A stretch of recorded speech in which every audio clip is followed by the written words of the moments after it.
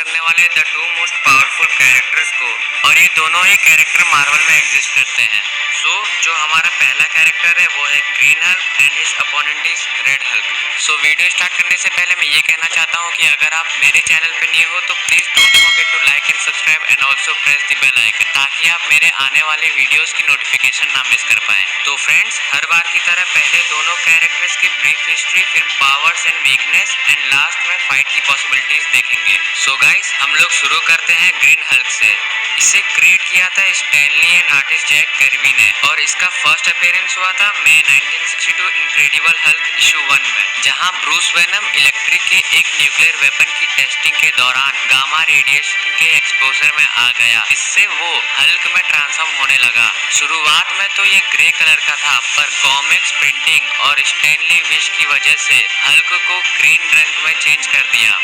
अगर हम बात करें हल्क की पावर की, तो हल्क पूरे मार्वल यूनिवर्स में one of the most strongest being से एक है। यहाँ तक कि सिल्वर सर्फर और थॉर की स्ट्रेंथ और पावर्स को भी मैच किया है हल्क से, क्योंकि हल्क की पावर्स उसकी रेंज में डिपेंड करती है, क्योंकि वो जितना ज्यादा गुस्सा और रेंज में जाएगा तो उसकी पावर उतनी ही बढ़ती जाएगी। और यहाँ तक कि बियॉन्डर ने एक बार कॉमिक में स्टेटमेंट दिया था कि हल्क की पोटेंशियल स्ट्रेंथ लिमिटलेस है, लेकिन हल्क के पास सिर्फ स्ट्रेंथ के अलावा भी कुछ और एबिलिटीज हैं, जिसमें सबसे पहले आती है सुपर ह्यूमन स्पीड। हल्क के इतना ज्यादा बल्कि और मस्कुलर होने के बावजूद वो सुपर ह्यूमन के लेवल पे ट्रेवल कर सकता है, और उसके पास सुपर ह्यूमन स्टेमिना भी है। उसकी बॉडी फटीग टॉक्सिन्स को जनरेट नहीं करती है, जिसके कारण वो एक फाइट में बहुत देर तक टिका रह सकता है, और उसका स्टेमिना भी उसके रेंज के हिसाब से बढ़ता जाता है। और अगर अब हम बात करें हल्क की सेल्फ सस्टेनेंस एबिलिटी के बारे में, तो हल्क किसी भी इन्वायरमेंट में अपने को ढाल लेता है।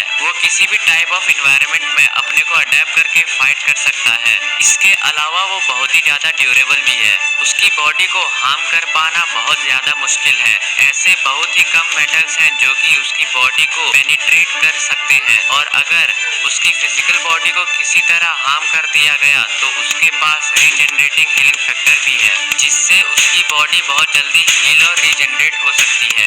गाइस, ये तो हमने बात कर ली ग्रीन हल्क के पावर्स एंड एबिलिटीज के बारे में। तो अब हम लोग बात करते हैं कि वो रेड हल्क को बीट कर पाएगा या नहीं। तो अगर हम लोग रेड हल्क की बात करें तो इसे क्रिएट किया था Jeff Lloyd and Ed McGuinness ने, और इसका फर्स्ट अपीयरेंस हुआ था जनवरी 2008 हल्क वॉल्यूम इशू 1 में, जहाँ की थंडरबोल्ट रॉस, जो कि ब्रूस बैनर और हल्क से बहुत ज्यादा नफरत करता था, बाद में हल्क को मारने के लिए उसने द लीडर मॉडॉक जैसे सुपर विलन से हाथ मिला लिया, जिन्होंने हल्क के पावर्स को साइफन ऑफ करके उसे रॉस की बॉडी में डाल दिया, जिससे वो रेड हल्क में ट्रांसफॉर्म हो गया। अगर हम लोग रेड हल्क की बात करें तो रेड हल्क की पावर्स एंड स्ट्रेंथ किसी भी तरह के रेडिएशंस को ऑब्जर्व करके बढ़ती जाती है, खासकर गामा रेडिएशन।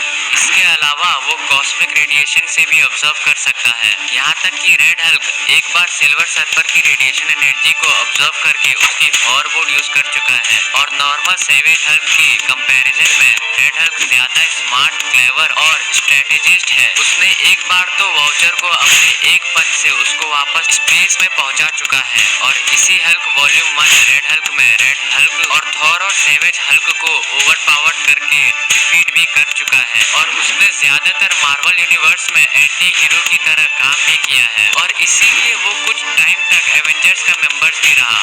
अब जो रेड हल्क का सबसे वीक पॉइंट है वो ये है कि ज्यादा देर तक फाइट करने से रेड हल्क की बॉडी ओवरहीट करने लगती है। इस सिचुएशन में उसकी बॉडी वल्नरेबल हो जाती है।